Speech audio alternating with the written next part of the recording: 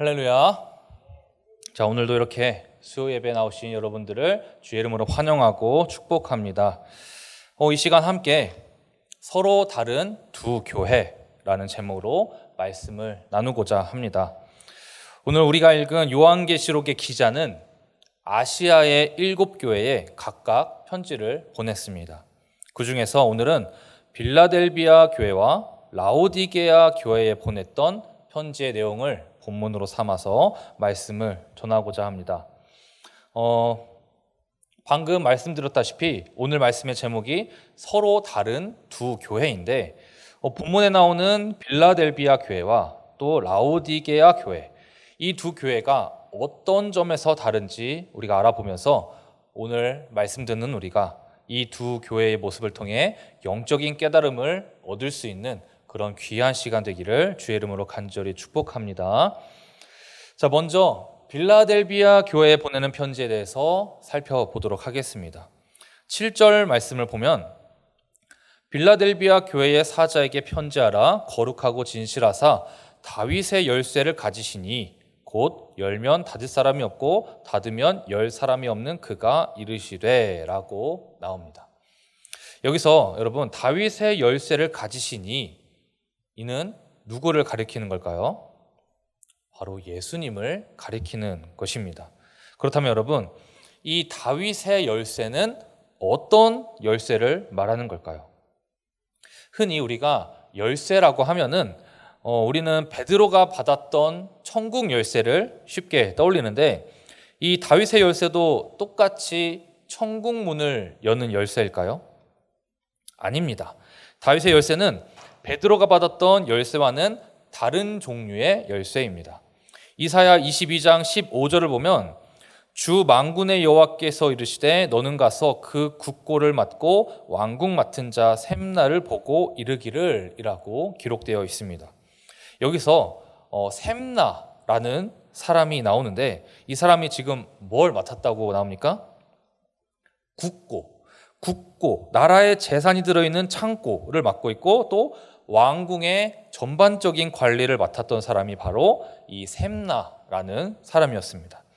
쉽게 말해서 셈나는 현 시대의 국무총리쯤 되는 사람이었는데, 이사야 22장 17절 상반절을 세번역 성경으로 보면 이렇게 나옵니다. 그렇다, 너는 권세가 있는 자다라고 이사야 선지자가 셈나를 향해서 말하고 있습니다. 그 정도로 이 셈나는 그 당시에 굉장히 막강한 권력을 가지고 있던 사람이었던 것입니다. 이러한 셈나가 무엇을 항상 가지고 다녔을까요? 바로 열쇠. 나라의 재산이 들어있는 국고와 왕궁문을 열 수 있는 열쇠를 국무총리였던 셈나가 가지고 다녔던 것입니다. 즉, 이 열쇠는 왕궁에 있는 어느 곳이든지 출입할 수 있는 권력의 상징, 권세의 상징이라고 할 수 있는 것이죠. 그런데 이 셈나가 자신이 가지고 있는 권세를 여기저기 남용하게 되는데, 이사야 22장 16절을 보면 내가 여기와 무슨 관계가 있느냐? 여기에 누가 있기에 여기서 너를 위하여 묘시를 팠느냐? 높은 곳에 자기를 위하여 묘시를 팠고 반석에 자기를 위하여 처소를 쪼아내었도다 라고 나옵니다. 셈나가 여러분 뭘 했다고 나옵니까? 묘시를 팠습니다. 우리가 열왕기나 이제 역대기를 보면은 이런 기록들을 볼 수 있거든요. 예를 들어서 열왕기상 2장 10절에 다윗이 그의 조상들과 함께 누워 다윗성에 장사되니 라고 나오고, 또 역대야 32장 33절에는 그러니까 히스기야를 다윗 자손의 묘실 중 높은 곳에 장사하여 라고 나옵니다. 또 역대야 35장 24절을 보면 요시야가 죽으니 그의 조상들의 묘실에 장사되니라 라고 나옵니다. 이렇게 역대 이스라엘의 왕들이 다윗성에 있는 묘실에 장사되었다는 기록들을 우리가 성경에서 확인할 수 있습니다. 따라서 다시 이사야 22장 16절에서 셈나가 자기를 위하여 묘실을 팠다는 건 뭘 뜻하는 겁니까? 왕들이 죽은 후에 장사되는 묘실에다가 자기의 묘실을 팠다는 것입니다. 여러분, 셈나가 왕이었습니까? 셈나가 아무리 권세가 있었다 할지라도 그는 왕이 아니라 궁중의 총책임자, 국무총리의 직위를 가졌을 뿐이었습니다. 그런데 그의 교만함이 도를 넘어서 하다 마지막에는 왕의 명예까지 탐냈던 것입니다. 그런 그를 하나님께서 어떻게 하셨냐면 이사야 22장 19절에 내가 너를 내 관직에서 쫓아내며 내 지위에서 낮추리니 라고 나옵니다. 그의 직위를 파면시키셨습니다. 그리고서 다음 20절을 보면 그날에 내가 힐기야의 아들 내 종 엘리야김을 불러라고 나옵니다. 셈나를 대신할 사람으로 엘리야김을 하나님께서 세우신 것입니다.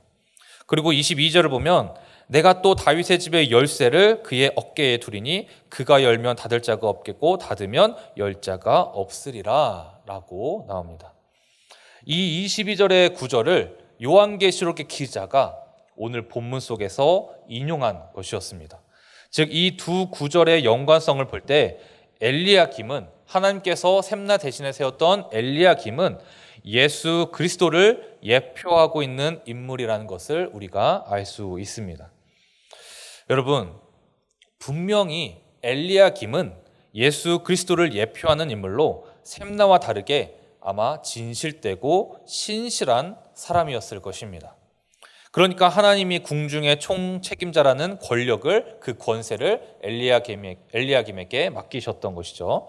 그런데 여기에서 반전이 있습니다. 이사야 22장 25절을 보면 이렇게 나옵니다.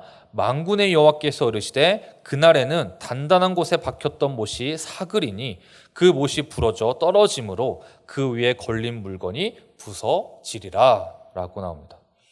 못을 단단한 곳에 박았을 때 우리는 이 정도로 단단한 곳에 박혔으면 떨어지지 않겠지? 라고 생각하겠지만 결국 시간이 흐르면 결국엔 그 못이 사가져서 부러지게 된다는 것입니다. 이 말씀이 의미하는 게 무엇일까요? 바로 처음에는 진실되고 신실했던 엘리야김도 나중에 가서는 변질되고 말 것이라고 이사야 선지자가 예언하고 있는 것입니다. 엘리야김이 예수님을 예표하는 인물이긴 하지만 결국엔 예수님과는 다른 연약한 인간일 뿐이라는 것을 보여주고 있는 것이죠. 결국 인간이 가지고 있는 권세는 영원하지 못하다는 것을 우리에게 말해주고 있는 것입니다. 그렇다면 여러분, 오늘 본문에 나오는 요한계시록 말씀에 나오는 다윗의 열쇠를 가지시니, 즉 예수님은 어떠실까요? 여러분, 예수님의 권세는 사라질까요? 사라지지 않을까요? 예수님의 권세는 사라지지 않고 영원한 줄 믿으시기 바랍니다. 그렇기 때문에 이 시간 우리에게 가장 중요한 것은 영원한 예수님의 권세 앞에서 우리가 어떻게 살아야 하느냐라는 것입니다. 영원하신 예수님의 권세 앞에서 우리는 어떻게 살아가야 할까? 여러분, 요한계시록의 기자는 에베소 교회, 서머나 교회, 버가모 교회, 또 두아디라 교회, 사대 교회, 그리고 오늘 살펴보고 있는 빌라델비아 교회와 라오디게아 교회에 편지를 각각 보냈습니다. 각각의 편지에는 그들을 향한 칭찬 그리고 책망이 들어 있습니다. 그런데 이 7교회 중에 오늘 살펴보고 있는 빌라델비아 교회만이 유일하게 가지고 있는 차이점이 있습니다. 바로 빌라델비아 교회는 주님께 아무런 질책이나 책망을 받지 않았다는 것입니다. 즉 빌라델비아 교회는 주님이 보시기에 책망받을 일 없이 신앙생활을 아주 잘하고 있는 교회였다는 이야기입니다. 그렇다면 빌라델비아 교회 교인들은 그 영원하신 예수님의 권세 앞에서 어떻게 신앙생활을 하고 있었길래 주님께 아무런 질책이나 책망도 받지 않을 수 있었던 걸까요? 자, 먼저 8절 하반절을 보면은, 본문 8절 하반절을 보면은 이렇게 나옵니다. 내가 작은 능력을 가지고서도 내 말을 지키며 내 이름을 배반하지 아니하였도다. 여러분, 제가 여기서 한 가지 이야기를 들려드리고자 합니다. 어떤 이야기냐면 벌새 이야기라는 우화입니다. 깊은 산 숲속에 여러 동물들이 행복하게 살고 있었습니다.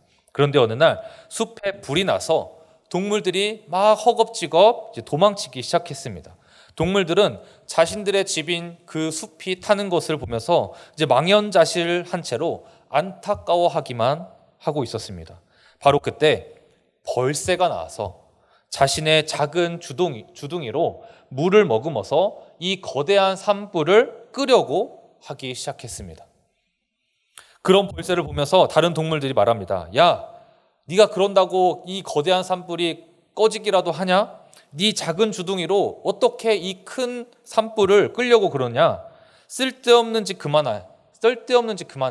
그냥 힘 빼지 말고 그냥 가만히 있어라. 이렇게 이야기를 했습니다. 다른 동물들에게 그 핀잔을 들은 벌새가 이렇게 대답했다고 합니다. 나는 내가 할 수 있는 것을 할 뿐이야. 내가 할 수 있는 일을 할 뿐이야. 여러분, 오늘 본문 속의 빌라델비아 교회가 지금 말씀드린 이야기 속에 나오는 벌새와 같은 교회였습니다. 무슨 말이냐면 이 당시 기독교는 로마의 박해 속에 자칫 잘못하면 목숨을 잃을 수도 있는 그런 위험한 상황이었습니다. 마치 큰 불을 맞닥뜨린 벌새와도 같았다는 것입니다. 그런데 빌라델비아 교회의 교인들은 그리스도의 복음을 위해 그리고 자신들의 신앙을 위해 작은 능력이라도 본인들이 할 수 있는 일을 했다는 것입니다. 그들은 하나님의 말씀을 지키면서 로마의 박해 속에서도 절대 주의 이름을 배반하지 않았습니다. 그런 그들에게 예수님은 어떤 보상을 약속하셨을까요? 오늘 본문 9절을 보면은 보라, 사탄의 회당 곧 자칭 유대인이라 하나 그렇지 아니하고 거짓말하는 자들 중에서 몇을 내게 주어 그들로 와서 내 발 앞에 절하게 하고 내가 너를 사랑하는 줄을 알게 하리라 라고 나옵니다. 여기서 중요한 것이 마지막 부분이죠. 내가 너를 사랑하는 줄을 알게 하리라. 여러분, 우리가 주님을 잘 믿고 잘 섬기는 것으로 얻게 되는 보상이 무엇입니까? 부자가 되는 것이 아닙니다. 명예를 얻는 것이 아닙니다. 우리가 주님을 잘 믿고 잘 섬기는 것으로 얻게 되는 보상은 주님이 우리를 사랑하는 줄을 알게 되는 것입니다. 여러분 믿으십니까?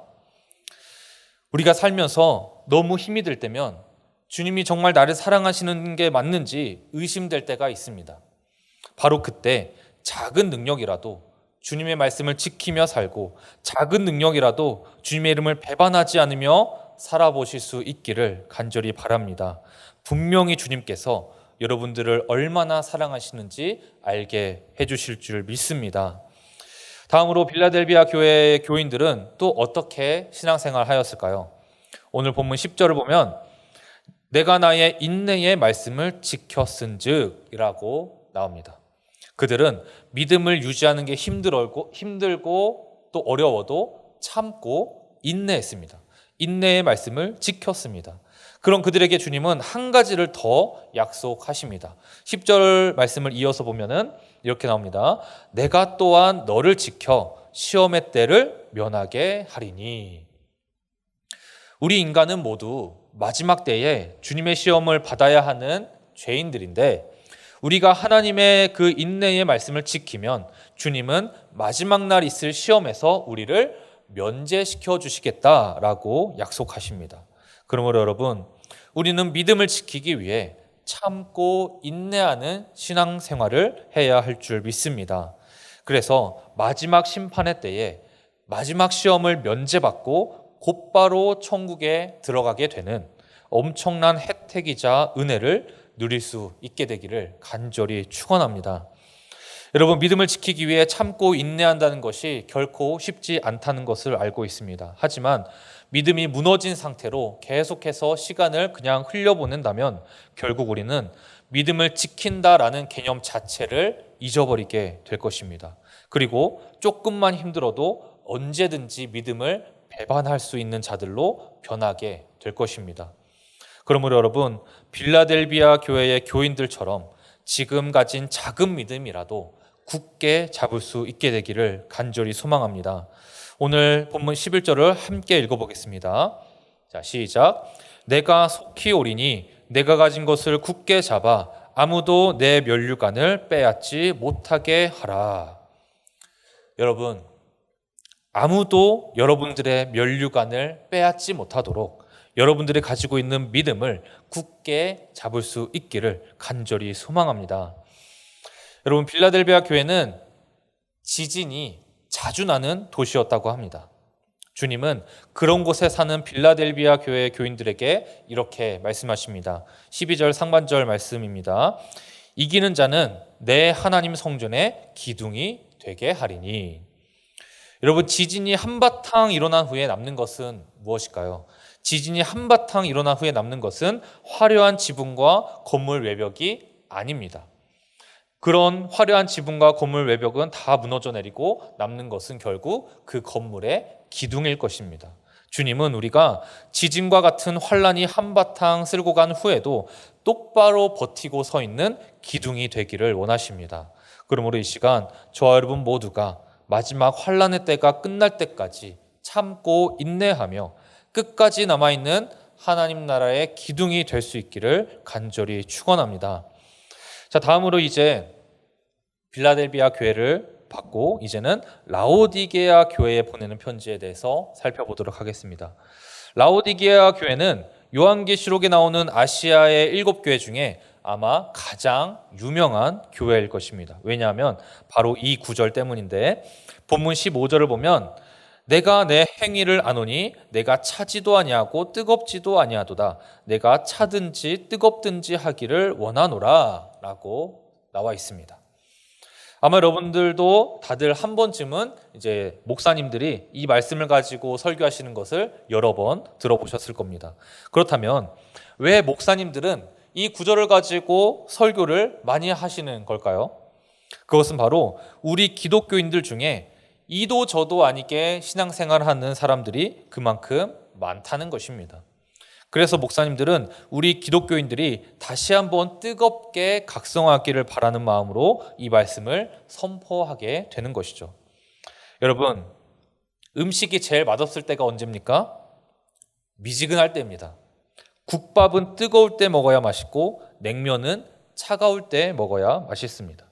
미지근하게 다 식은 음식은 이미 그 음식이 낼 수 있는 최고의 맛을 잃어버린 상태라고 할 수 있습니다. 식은 피자를 다시 맛있게 먹으려면 뜨겁게 데펴야 합니다. 그리고 미지근한 콜라를 다시 맛있게 마시려면 얼음을 넣어서 다시 시원하게 만들어야 합니다. 이처럼 우리의 신앙도 차갑든지 혹은 뜨겁든지 해야 한다고 성경은 말하고 있습니다. 즉, 미지근하게 이것도 아니고 저것도 아닌 상태는 결코 좋은 신앙이 아니다라고 말해주고 있는 것이죠. 여러분, 라오디게아라는 지역은 서로 다른 두 곳에서 물을 공급받았다고 합니다.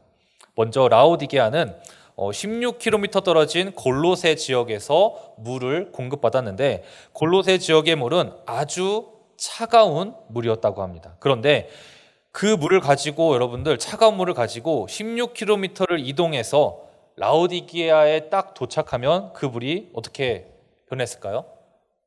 미지근하게 변했겠죠. 또 라오디게아가 이제 물을 공급받았던 또 다른 곳이 있는데 그곳은 히에라볼리라는 지역이었습니다. 그곳은 라오디게아와 10km 떨어진 곳이었는데 뜨거운 온천이 아주 유명한 지역이었다고 합니다. 마찬가지로 그 뜨거운 온천물을 받아서 라오디게아까지 가지고 오면 어떻게 변하겠습니까? 다 식어서 미지근하게 되어버렸던 것입니다. 이처럼 주님은 이러한 라오디게아 지역의 특성을 가지고 미지근하게 신앙생활하는 라오디게아 교회를 책망하셨던 것입니다. 그런데 한편으로 우리는 이 요한계시록 3장 15절의 말씀을 보고 오해할 수가 있습니다. 뜨겁게 하라는 것은 신앙생활을 열정적으로 하라는 것으로 우리가 이해가 쉽게 되는데 차갑게 하라는 것은 어떻게 신앙생활 하라는 걸까요? 그냥 미지근하게 믿을 바에는 아예 안 믿는 게 낫다고 말씀하시는 걸까요? 그것이 아닙니다. 라오디게아에는 분명히 뜨거운 물도 필요했고 차가운 물도 필요했습니다. 즉 우리에게도 역시 뜨거운 신앙도 필요하고 차가운 신앙도 모두 필요하다는 것입니다. 그렇다면 뜨거운 신앙은 무엇이고 차가운 신앙은 무엇일까요? 먼저 뜨거운 신앙은 아까도 말했다시피 열정적으로 믿으라는 것입니다. 남 눈치 보지 말고 적극적으로 믿으라는 것이고, 누가 시켜서 억지로 믿는 것이 아니라 능동적으로 믿으라는 것이고, 또 자발적으로 믿으라는 것입니다. 예배 나오기를 사모하고 주의 몸된 교회를 같이 세워나가고 세상에서 그리스도인으로 살기를 두려워하지 말라는 것이죠. 반대로 차가운 신앙은 어떤 신앙일까요? 차가운 신앙은 무엇이 옳고 무엇이 그른지 정확하게 분별하여서 믿으라는 것입니다. 이것저것 아무거나 다 믿지 말고 냉철하게 판단해서 정확하게 선을 그으라는 것입니다. 디도서 3장 10절을 보면 이단에 속한 사람을 한두 번 훈계한 후에 멀리하라 라고 나오는데, 차가운 신앙이란 바로 이 말씀과 같은 것입니다. 냉철한 이성을 가지고 딱 선을 그어야 할 때는 선을 긋는 것도 우리 신앙생활에 반드시 필요하다는 것입니다. 여러분, 라오디게아 사람들은 차가운 물을 필요로 했지만 골로새 지역에서 공급받은 물을 아무리 많이 떠서 가지고 와도 이미 미지근해져서 시원함을 느끼지 못했습니다. 또한 뜨거운 물을 필요로 했지만 히에라볼리 지역에서 공급받은 물도 이미 라오디게아까지 왔을 때는 다 미지근해져 버려서 뜨거움을 느낄 수 없었습니다. 즉 라오디게아 사람들은 두 지역에서 각각 물을 공급받았지만 공급받길 원했던 본래의 목적을 다 상실하게 되었던 것입니다. 따라서 우리가 여기에서 알 수 있는 미지근한 신앙이란 무엇일까요? 미지근한 신앙이란 바로 본래의 목적을 상실한 믿음이라고 할 수 있습니다. 여러분, 우리가 가지고 있는 믿음의 본래 목적은 무엇입니까? 우리가 가지고 있는 믿음의 본래 목적. 우리가 가지고 있는 본래 목적은 하나님을 제대로 섬기는 것이고 하나님을 제대로 믿는 것입니다. 누군가는 뜨거운 열정을 가지고 또 다른 누군가는 냉철한 이성을 가지고 하나님을 섬기고 믿으려고 합니다. 여러분, 무엇이 맞는 방법일까요? 둘 다 맞는 방법입니다. 둘 다 충족시키는 사람이 있다면은 금상첨화겠지만 둘 중 하나도 제대로 하기 쉽지 않은 게 우리 인간의 현실입니다. 그렇기 때문에 결국 차갑든지 뜨겁든지 둘 중에 하나만 해도 주님은 기뻐하신다라는 것입니다. 왜냐하면 이 두 가지 방법 모두 본질만큼은 똑같기 때문입니다. 뜨거운 열정의 신앙이든 냉철한 이성의 신앙이든 그 본질은 뭐냐면 하나님을 더 잘 섬기고 싶은 마음, 그리고 하나님을 제대로 믿고 싶은 마음인 것입니다. 다시 말해서 차갑지도 않고 뜨겁지도 않은 미지근한 신앙이란 하나님을 더 잘 섬기고 싶은 마음도 없고 하나님을 제대로 믿고 싶은 마음도 없는 가짜 신앙이라고 말할 수 있습니다. 라오디게아 교회가 바로 그런 교회였습니다. 제가 아까 전에 먼저 빌라델비아 교회에 대해서 말하면서 빌라델비아 교회만 가지고 있던 차이점이 하나 있다고 했습니다. 뭐였죠? 바로 주님께서 빌라델비아 교회에게는 칭찬만 하고 책망은 하지 않으셨다는 것이었습니다.